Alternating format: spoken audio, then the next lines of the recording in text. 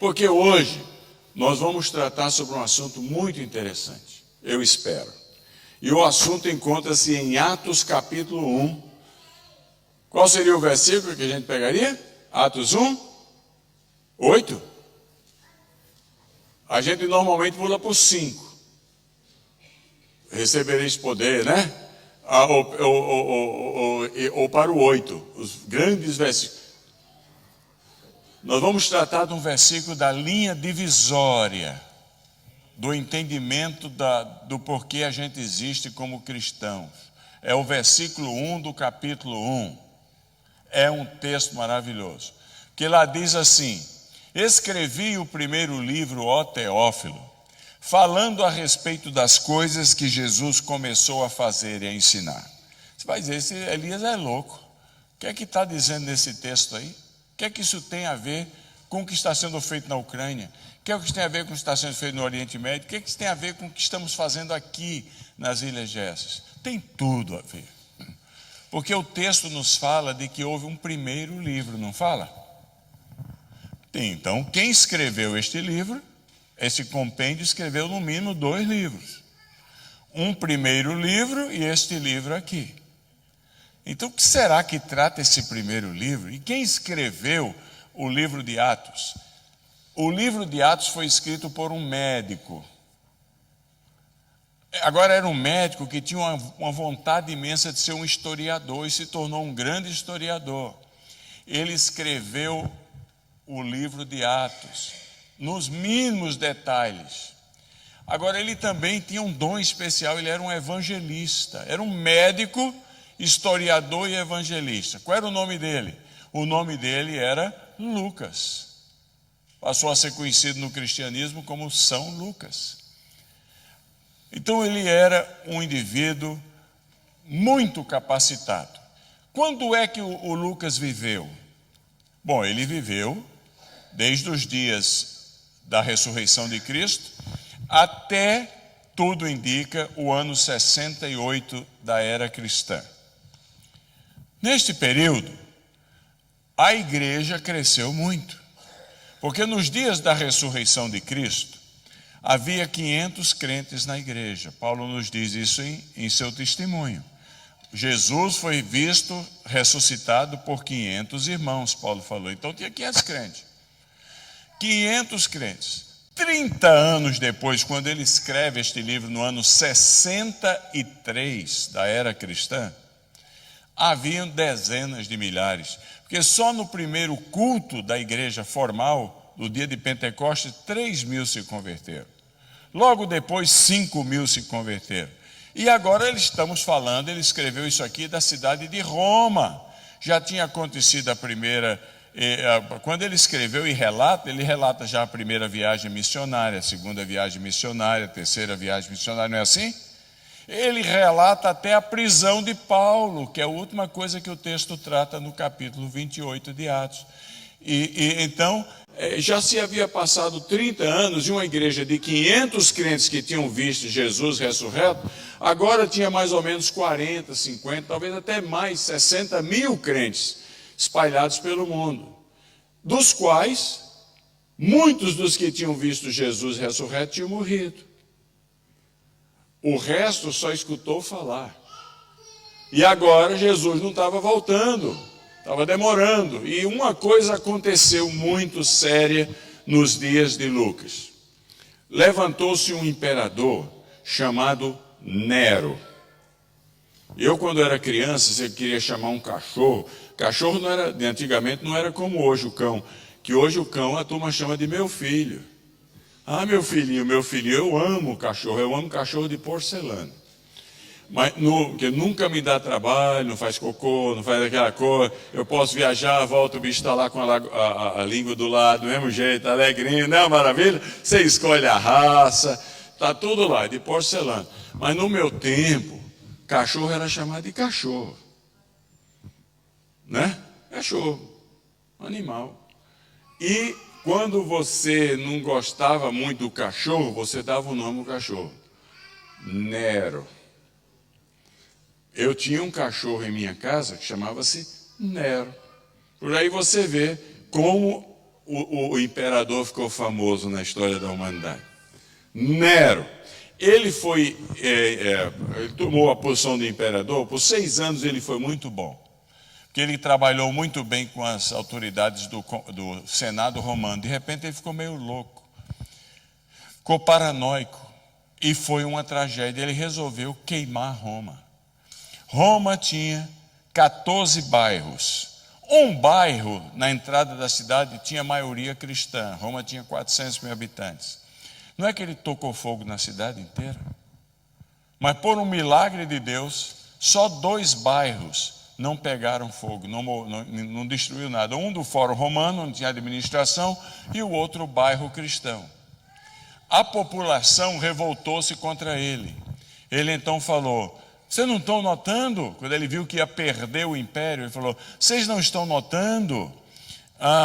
O único bairro mesmo, que não é administrativo, mas bairro onde o povo mora, que ninguém morreu e não pegou fogo, foi o dos cristãos. Foram eles que queimaram Roma.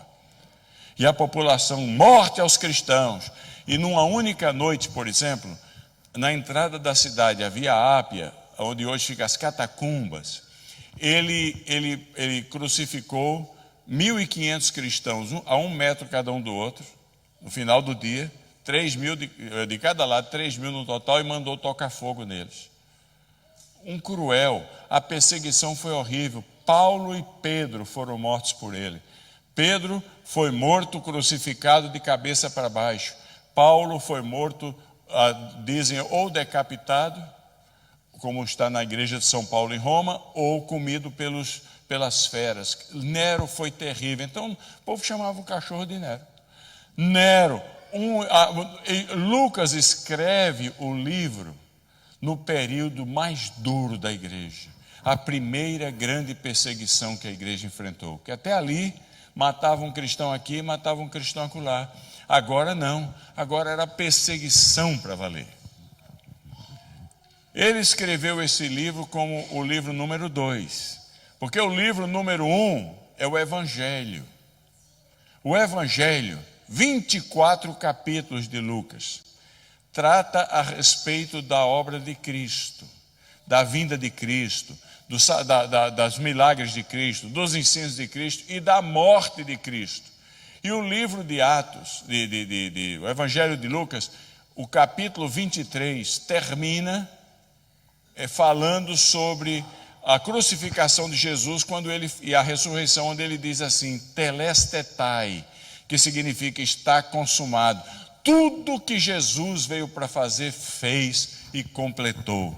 É a obra completada de Cristo. O último capítulo do Evangelho é a grande comissão introduzindo Atos, que é um compêndio de 2 volumes.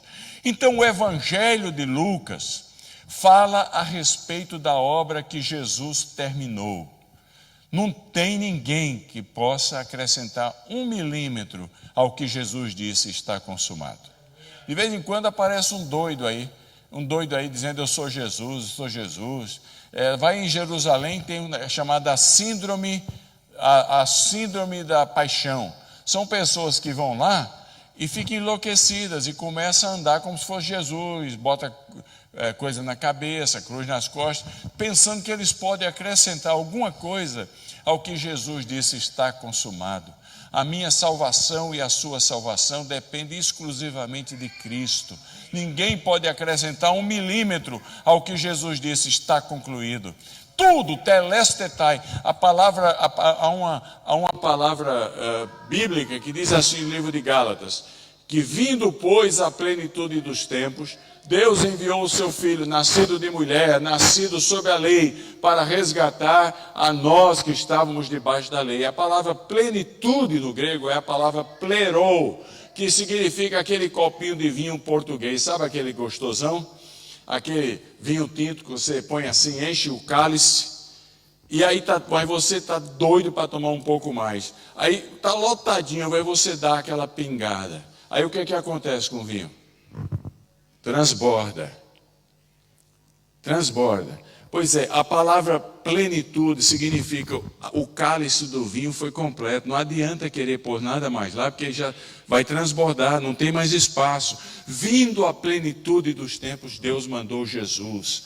E tudo que era necessário para a nossa salvação, para a sua e para a minha, para que a gente vivesse hoje aqui com a segurança que estaremos lá, que quando a nossa vida carnal terminar, nós sabemos que temos um tesouro aguardando para nós no céu, conforme a Bíblia diz. Tudo isso já foi feito na cruz, e isso é o Evangelho de Lucas. Mas agora tem 50 mil crentes que não viram Jesus ressuscitado e está vendo Nero matar os crentes. E ficam perguntando, quando é que Jesus volta? O que é que vai acontecer? Como é que a igreja pegou de 500 crentes e hoje tem 50 mil? Alguém pode contar a história, por favor? E aí Lucas disse, eu tenho que ensinar o povo. E aí ele escreve esse livro a um indivíduo. Como é que é o nome do indivíduo que aparece aí? Teófilo. Vamos repetir esse nome? Teófilo. Agora pensa comigo aqui. Será que Lucas seria tão insensível para escrever um livro no meio da perseguição para um homem? Veja bem, o cara, se fosse mesmo um cara, era tão importante que ele usa o vocativo. Eu escrevi o primeiro livro, o quê? Teófilo. Uma pessoa comum, ninguém chega para mim e fala, Elias. Tu vai chegar, Elias, como é que vai? Agora, se o cara é muito importante, é um nobre, você fala assim, Teófilo. Não é? Vocativo é um termo que na língua portuguesa que você usa de gramática e de conversação para tratar com muita honra uma outra pessoa. Se Teófilo fosse uma pessoa de muita honra, deveria ser um membro do Senado, um comandante militar, e Lucas teria sido muito imprudente em escrever um livro para ele. Porque se caísse na mão de um trairão, caísse na mão de um inimigo da igreja, o que é que ia sobrar de Teófilo? Só o ó. É verdade ou não? Porque eu não ia sobrar nada, iam liquidar o Teófilo. Então, eu estive nas catacumbas de Roma uns meses atrás. E eu vi lá que na entrada de uma delas tem uma porção de pedaços de mármore, cada um deles com um símbolo que os cristãos durante a perseguição usavam para ver se dava para escapar. Porque o único lugar que eles tinham para fazer culto era no meio dos túmulos.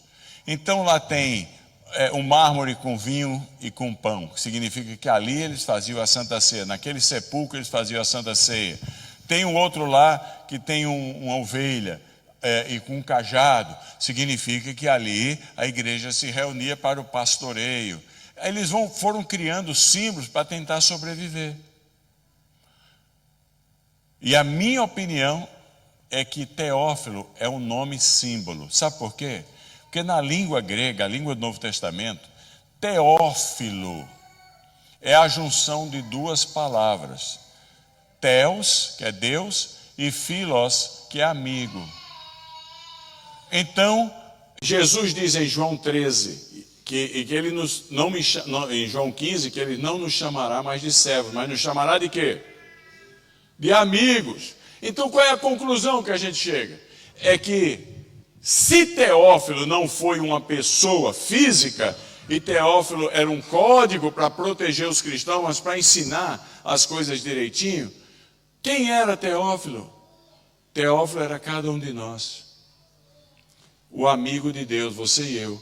Deus, 2000 anos atrás, resolveu inspirar um escritor do Novo Testamento chamado Lucas, para falar no Evangelho de Lucas sobre a obra completada de Cristo. A gente não pode fazer mais nada, graças a Deus, Jesus fez tudo. Mas para ensinar os amigos de Deus sobre a obra não completada de Cristo, que é a obra de fazer discípulos. Essa, eu e você, somos amigos de Deus que fomos comissionados para levar adiante. Então, essa é a grande maravilha, essa é a grande novidade, a grande boas novas. O Deus que pode tudo resolveu contar com a gente e entregar esse privilégio a cada um de nós de continuarmos a obra inacabada de Jesus. Então, preste atenção, Atos, quantos capítulos tem um livro de Atos? Está na Bíblia aí, está com a Bíblia aí? Quantos capítulos tem o livro de Atos? Só dá uma olhadinha, alguém olhou aí ou não? 18 não, errou por 10. 28. O capítulo de Atos o livro de Atos tem 28 capítulos. Qual é a data da última história que o livro de Atos conta? Tudo indica que o ano 67, a prisão de Paulo, que logo em seguida ele é morto. 67 é a última história. De lá para cá já passaram-se 1960 anos de história. E a história da igreja continua. Se nos dias dele tinham 50 mil, agora tem 2 bilhões e meio. É muita gente. E quem é que está escrevendo a história da igreja hoje? Os amigos de Deus, você e eu. Nós estamos continuando a escrever os capítulos não terminados da Bíblia, que é o capítulo 29 de Atos, que tem um parágrafo que tem o meu nome, que tem um parágrafo que tem o seu nome. A grande pergunta que a gente faz é: o que é que nós estamos escrevendo no parágrafo que tem meu nome? Essa que é a coisa. Porque um dia Jesus vai abrir os livros, diz a Bíblia, e o livro da história da igreja vai ser aberto, e vai ter no capítulo 29 um parágrafo que vai dizer Antônio, um parágrafo que vai dizer José, um parágrafo que vai dizer Mateus, um parágrafo que vai dizer Maria, e vai ter um parágrafo que vai dizer Elias. O que é que eu estou escrevendo ali?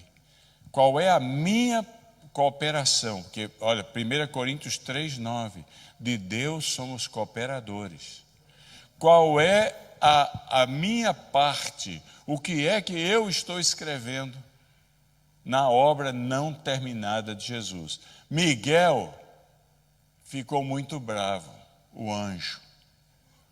Porque Miguel falou: eu quero ir pregar o evangelho. Gabriel falou a mesma coisa, diz o livro de 1 Pedro.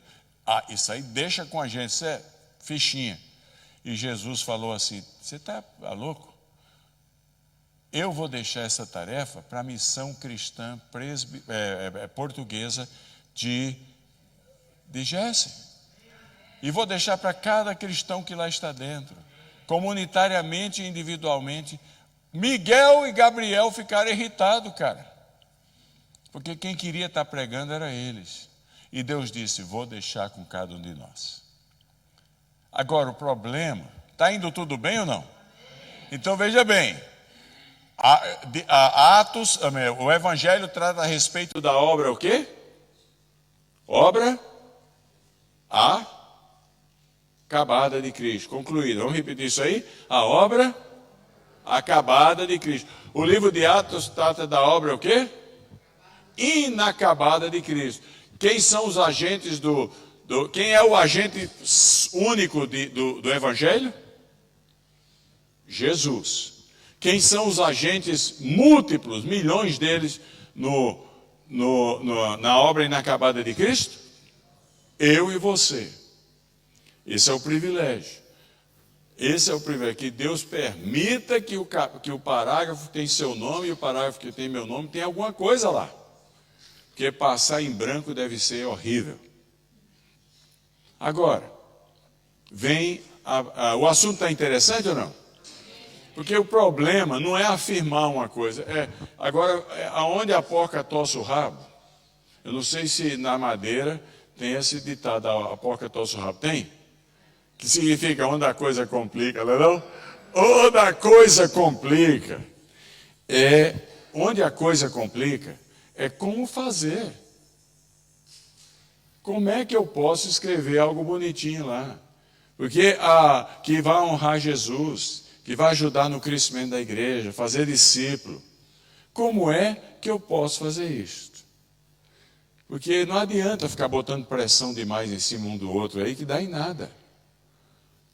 Trabalhar sob pressão uma hora explode bota uma maquininha trabalhando sob pressão, ver o que vai acontecer. Mais cedo ou mais tarde explode.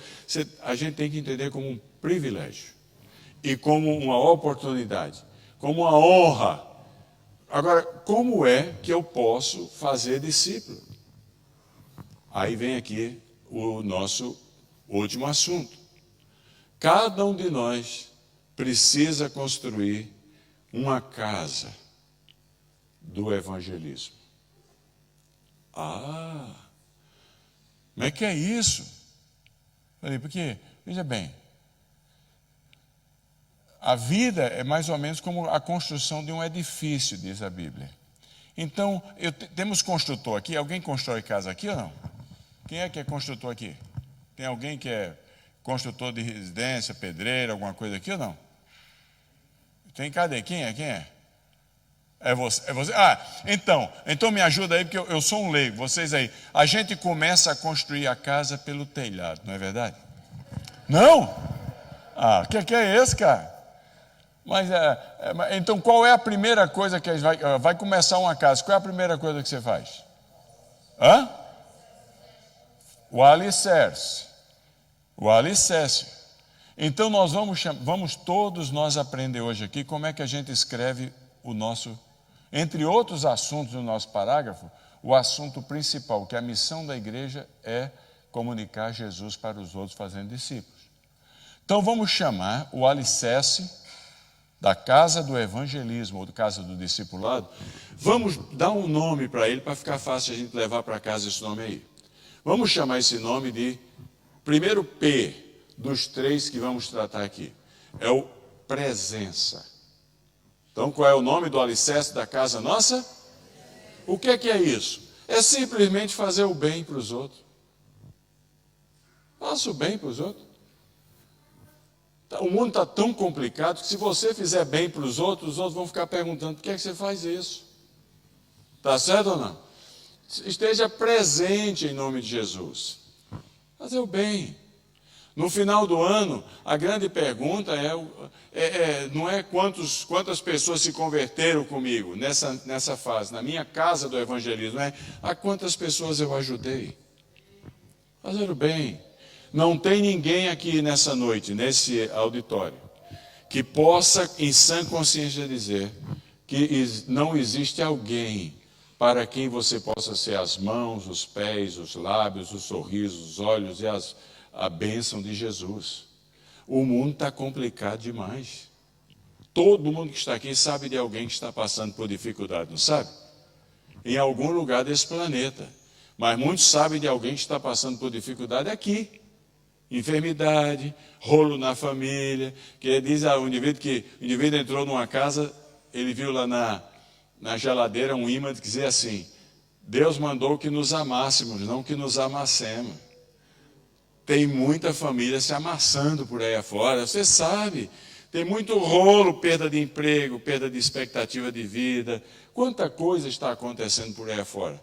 A vida vai passando, tem os problemas que a gente cria para a gente, que a gente é rolo de problema, tem os problemas que os outros criam para a gente, tem os problemas que a idade cria para a gente. Aí você, quando é jovem, você é campeão do mundo, no final você é a varize que dói, arrebenta, o tempo vai esquecendo, a mão começa a tremer. A vida não é fácil, todo mundo passa por luta. Então, quando a gente passa por luta, o que é que a gente precisa? A gente não precisa que alguém fale da gente, a gente precisa que alguém fale com a gente. A gente não precisa de alguém que lembre, a gente precisa de alguém que esteja junto da gente. Se o Espírito Santo está com a gente, ele é o Paráclito, ele é aquele que está ao nosso lado, é o nosso Consolador. Então, que ele me use para, em nome dele, abençoar o outro. Fazer o bem é uma maravilha. Fazer o bem é a contracultura cristã. Ajudar os outros. Aí você vai dizer, mas é complicado, é nada. Aquela sua amiga que o marido morreu, em geral morre o marido, a mulher fica viúva, né? Ela vive mais longe. Aquela lá, ou aquele o contrário, ou aquele que descobriu que o filho está nas drogas, está desesperado, faz um bolinho de fubá. Faz uma comidinha, ou alguém que está doente. Mas você sabe onde mora? E sem nenhum outro interesse a não ser amar. Vai lá e faz o que ninguém faz, dá um bolinho para a pessoa. Entende? Alguém que está precisando perder o emprego, está numa crise, faz uma pequena cesta básica, dá para aquela pessoa. Ninguém faz isso. Cada um quer buscar seus próprios interesses. Eu, você, todos nós hoje em dia. Coisa tremenda. Diz que numa classe de escola, no terceiro ano, tinha um menino que se chamava Joãozinho. Como é que era o nome do menino? Era um danado menino. E a professora um dia falou assim: amanhã eu só dou presença a quem responder chamada com a frase bonita. E o Joãozinho entrou num pânico. Por quê? Porque ele não sabia frase, ele só sabia perturbar. Quando ele chegou em casa, o pai viu que ele estava meio estranho e falou: Joãozinho, o que é que houve? Falou, foi a tia. O que a tia fez? Ela foi pensando que não devia. Ele falou: não, ela falou, pai, que amanhã só vai dar presença em quem falar uma frase bonita. Eu não sei nenhum. Aí o pai deu uma risada e falou: Joãozinho, não é problema.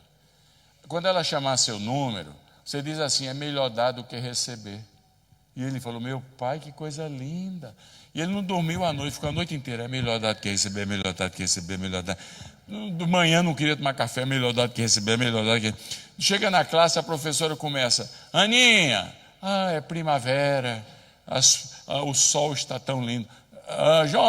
Maria, olha as borboletas e aquelas coisas todas. E ele lá: é melhor dar do que receber, vai logo, é melhor dar do que receber. E aí ela chega lá: Joãozinho. Aí ele fala: é melhor dar do que receber. A professora parou, não esperava aquilo. Do Joãozinho, falou: Joãozinho, que frase linda. Pois é, tia. Quem é que lhe ensinou? Ele falou: meu pai, todo orgulhoso. Ele falou: seu pai? É? E o que é que seu pai é? Religioso? Ele falou: não. Mas o que é que seu pai é? Ele falou: boxeador.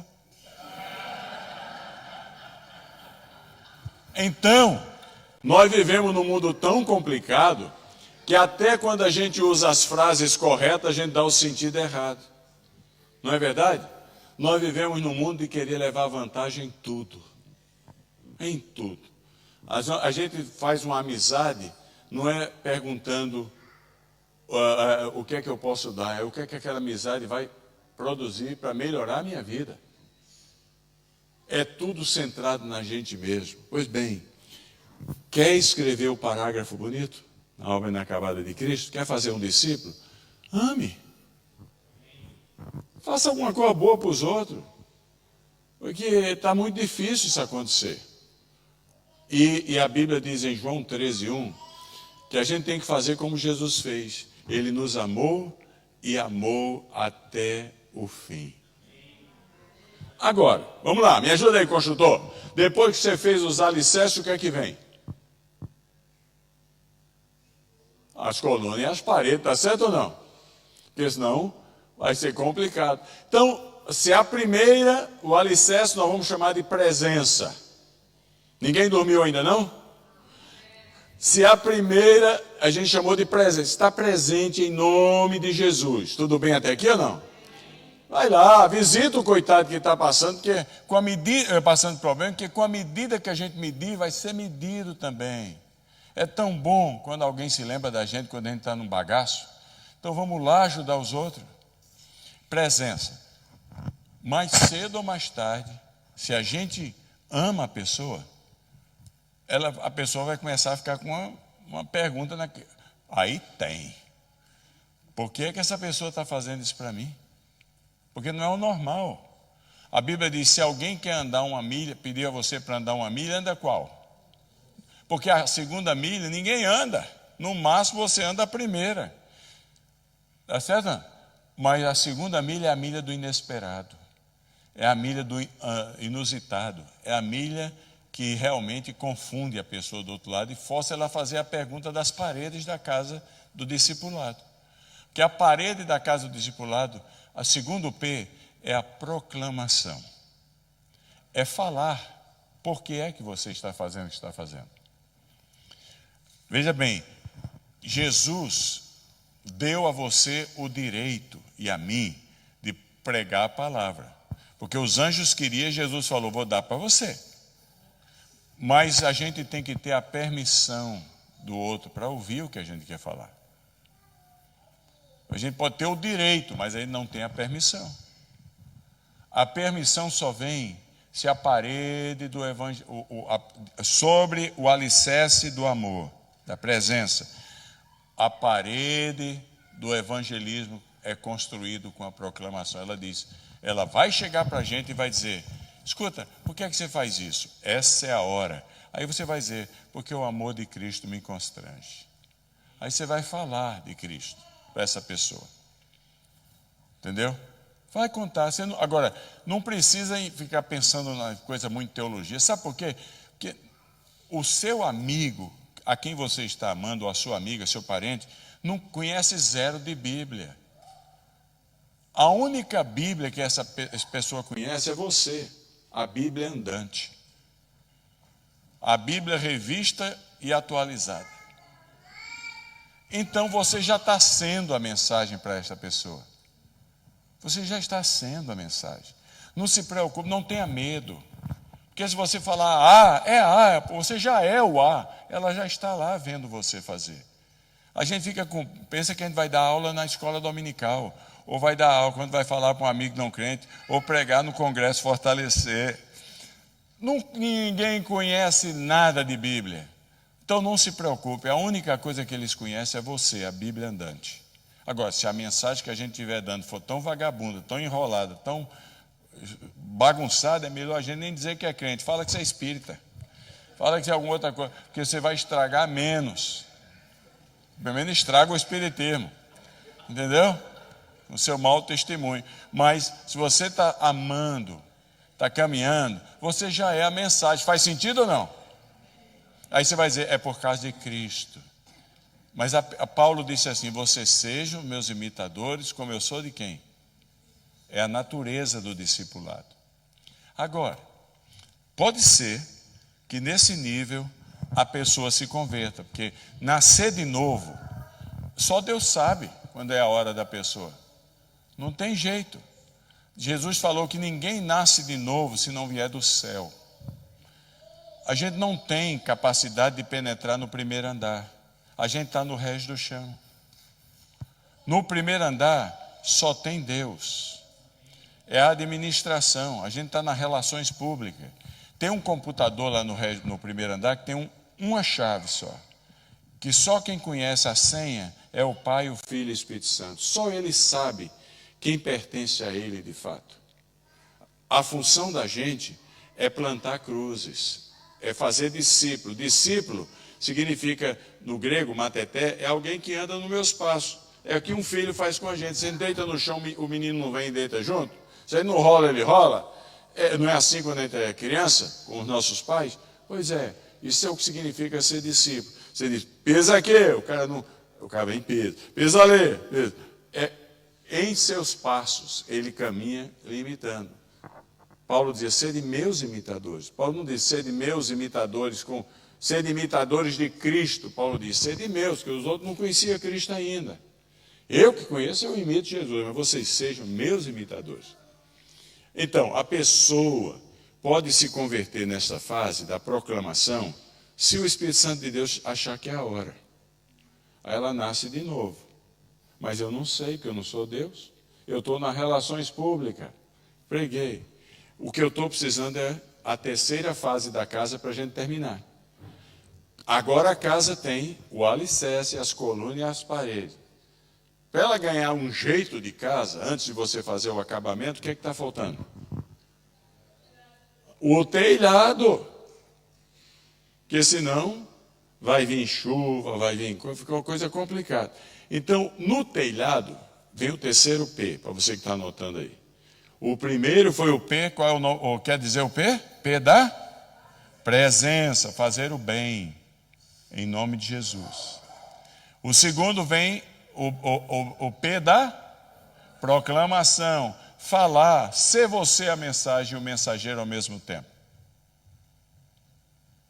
E aí a porta, porque você está amando, a porta se abre. O terceiro P, o que fecha com chave de ouro, vamos chamar de persuasão. O que significa persuadir? Alguém sabe? Persuadir significa o quê? Convencer, trazer para o meu lado. É uma palavra grega chamada peifo, que aparece 6 vezes no livro de Atos, aí no livro de Atos que a gente está estudando. Lembra do Agripa, conversando com Paulo? Ele diz assim: por pouco me persuades a me tornar cristão. Lembra daquilo lá ou não? Quer dizer, por pouco eu fui convencido a pular para o teu lado aqui. Mas quando mataram Estevão, a igreja saiu proclamando a palavra, persuadindo pessoas a respeito do reino, com alegria, convencendo pessoas a participarem da igreja visível de Cristo, que é invisível, a do coração, só Jesus sabe quem faz parte dela. Tá certo? A gente precisa ver 20 missões cristãs portuguesas na cidade, porque a nossa função é plantar as cruzes. A quem planta a nova criação é Deus no coração da pessoa. Aí, o peifo é a persuasão. O que é isso? Você não faz o bem para alguém, ama alguém, coração mesmo, ao ponto dessa pessoa dizer: você é diferente, me conta porque você faz isso. E aí você conta porque você faz isso e solta a pessoa. É uma infelicidade uma mãe ter um bebê e depois que o bebê nasce, ela dá uma mamadeira e diz: agora você se vire. O que é que vai acontecer com esse bebê? Vai se virar, vai morrer. Está certo ou não? Porque não tem. Se a pessoa se interessou pelo seu primeiro P, na verdade o primeiro P, você que se interessou por ela. No segundo P, se ela se interessou por você, o terceiro P é trazê-la para a igreja. Ninguém, na visão de Deus, a pessoa se torna um discípulo de Cristo quando nasce de novo. Mas eu não sou Deus. Na visão da igreja, horizontalmente, que a gente só vê o horizontal, o exterior, Deus vê o interior. Na visão horizontal, a pessoa só se torna um discípulo quando ela batiza e faz a profissão de fé. Até lá, ela pode até ser dizimista na igreja. Vem na igreja, você faz uma conferência evangelística, você ora para que a pessoa se converta. Porque temos os padrões de medição. Porque agora, se você fala do amor de Cristo para alguém, se você ama alguém, você proclama o evangelho, e você não traz o objeto do seu interesse para estar aqui, é porque você não gosta daqui, está no lugar errado. Porque se você acredita que aqui está sendo feita coisa séria, para a glória de Deus, então é aqui que você tem que trazer. Nós temos que ter essa igreja cheia, cada dia mais. Cada dia mais. Agora, a pergunta que você faz é: mas não é muita pressão sobre mim? Essa não é a responsabilidade, não. Primeiro, é um privilégio. Segundo, a Bíblia fala que você tem que dar um jeito de 100% por um. Está certo ou não? 100 por um é o ideal. 100% por um. O que é isso? Eu vou ter que dar 100 frutos? Bom, isso o Billy Graham deu. Porque quem tem o dom de evangelista prega sobre a vaquinha no pasto, faz apelo e o cara se converte. É diferente, tá chovendo, hoje está chovendo demais. Quem está pronto a se arrepender e crer em Cristo? O cara vem, o cara tem um dom. O dom produz a milhares por um. Mas eu sou uma pessoa. Se no decorrer da minha vida, que toma tempo, eu gostaria de produzir bastante, mas se no decorrer da minha vida, quando a minha vida estiver passando, eu puder olhar para a minha vida e para a minha igreja e ver que eu trouxe uma pessoa a Cristo, eu já multipliquei a mim mesmo 100%. Faz sentido ou não? Faz 100%. Porque eu era um, agora são 2. E deu continuidade à igreja. A igreja visível. O grande problema, presta atenção, o grande problema é que crente não está tendo filho mais. Então, são muito poucos. Então, a única maneira da gente multiplicar é com os nossos amigos. Os 100% da gente, ou uma pessoa que me reproduza 100%, com os nossos amigos. Mas o grande problema é que só estão ativamente proclamando, persuadindo, e ajudando no mundo? 7% dos cristãos.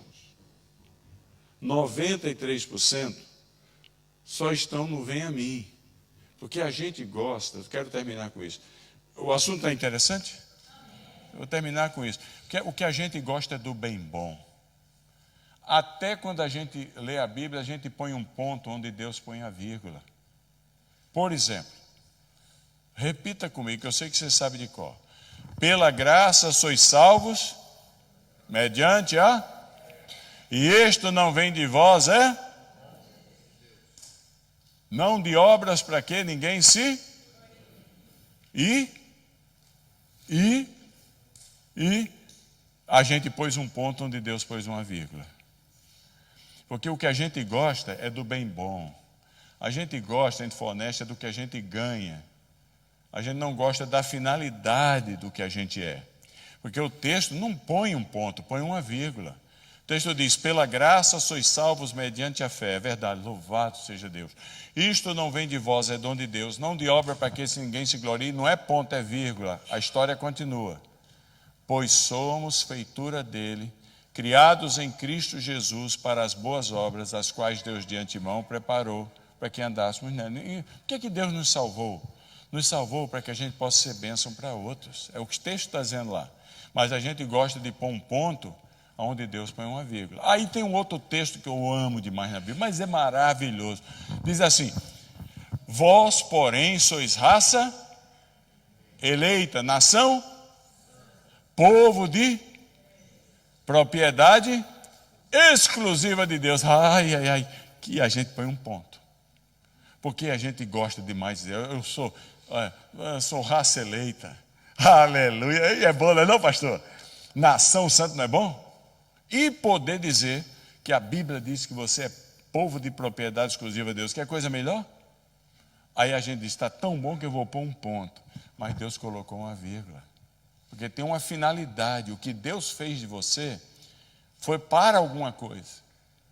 E o texto diz lá, vós, porém, sois raça eleita, nação santa, povo de propriedade exclusiva de Deus, vírgula, a fim. Qual é a finalidade? Por que é que Deus fez você um crente? Vocês que foram batizados aí o ano passado, vocês que já estão há mais tempo aqui, por que é que Deus fez de você um crente?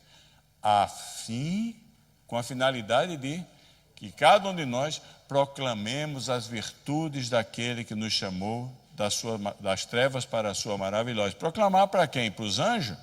Não precisa, meu amigo, eles sabem mais do que a gente. É proclamar para aqueles que nós estamos construindo a nossa casa do evangelismo discipulado. Quer dizer, preste atenção, o que é que eu estou escrevendo em Atos 29, no parágrafo que tem meu nome? O que é que você está escrevendo em Atos 29? Tem cada caso bonito, de coisas simples, que a gente vê Deus fazendo. Uma mulher que chegou para a gente, a última ilustração, ela converteu-se e os 2 filhos se converteram no mesmo dia, mas o marido não gostou da ideia. Em Amã, na Jordânia, a expulsou de casa e ficou com o passaporte. E a família dela falou, vou te matar, porque você é uma desonra para a família, um peso econômico agora a gente tem que cuidar de você. E eu sei que ele segurou os filhos, porque no mundo islâmico, a mulher e os filhos são propriedade do marido. E aí ela teve que fugir. E ela fugiu para Acaba, no sul da Jordânia. E ela teve que ir lá de Acaba, a fronteira com a Arábia Saudita e a fronteira com o Egito é livre. Ninguém pede documento. É 20 quilômetros do sul de Acaba. Ela entrou para o Egito porque ela escutava um programa de televisão ocasionalmente da igreja do pastor Samé, lá do Cairo. E ela sabia que ali tinha um pastor que cuidava dos novos convertidos. Ela foi para o Egito, para o Cairo. Chegou lá, a igreja ajudou ela a ter um novo nome para escapar. Porque se ela mantivesse o nome dela, a turma ia dar um couro nela. E colocou ela numa das casas de refúgio que tinha lá. E ela é professora de inglês. E começou a dar aula de inglês para sobreviver. Nisso, o marido malandrão lá em Amã gostou de uma outra mulher. E A mulher disse, não aguenta esses meninos. Os meninos crentes, que se converteram, mas ficaram presos com o pai lá. Ele perguntou para os meninos, onde é que está sua mãe? Ninguém abriu a boca. Ele preparou uma carta e disse, então entrega para ela. Eles deram um jeito de chegar a carta na mão dela. Quando ele abriu a carta, estava escrito, gostei de outra mulher. Ela não gostou dos meninos. Se você quiser mesmo esses meninos para você, aqui está quanto cada um vai custar. Ele ofereceu vender os filhos para a mãe, que é propriedade dela. E eu estava traduzindo, não sei se você estava lá, Elias, quando eu chorava traduzindo o testemunho dessa mulher. Meu Deus, que coisa. E ela, no dia que ela estava com a gente lá no retiro no Egito, que eu espero que alguns aqui esse ano vão, ela disse, hoje é o dia mais feliz da minha vida. Eu falei, mas minha senhora, por quê? Ela contou a história dela.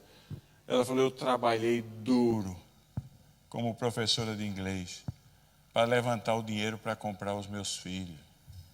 Aí eu falei, a senhora comprou? Conseguiu? Ela falou, consegui quase tudo. O que eu não consegui, a igreja me deu, o amor. A igreja completou. E aí? Falou, eu estou aqui para dizer que os meus filhos chegam amanhã. Olha, coisa linda, coisa linda.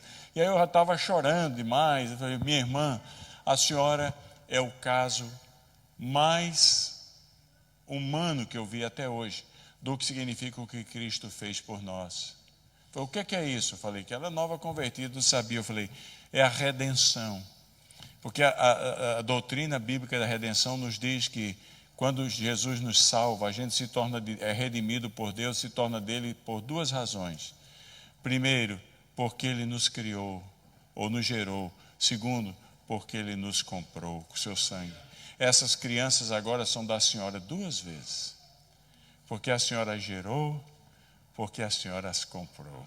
Coisa maravilhosa.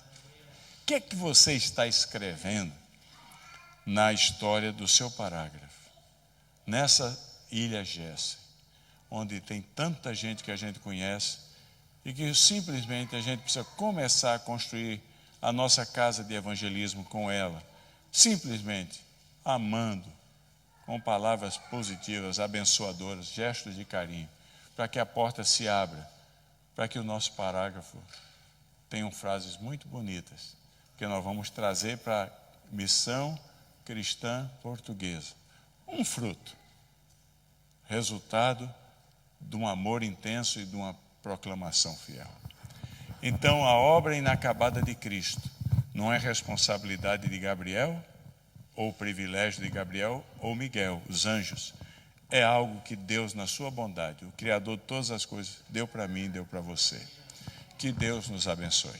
Amém. Oi? Claro, vamos orar. Vamos ficar em pé, vamos orar. Amado Pai, nós te agradecemos, Senhor, pela tua bondade. Agradecemos porque todos nós somos chamados para sermos construtores da nossa casa, do discipulado ou do evangelismo. E eu quero te pedir, Senhor, que ajude a gente a não passar em branco. Porque passar em branco deve ser muito ruim.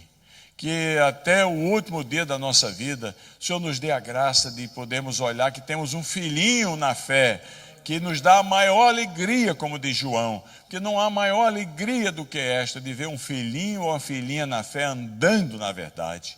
Muito obrigado, Senhor, porque esse tesouro, essa pérola de grande valor, o Senhor entregou para cada um de nós. Obrigado por nos considerar dignos de continuar uma obra tão gloriosa, a obra que Jesus começou a fazer e a ensinar.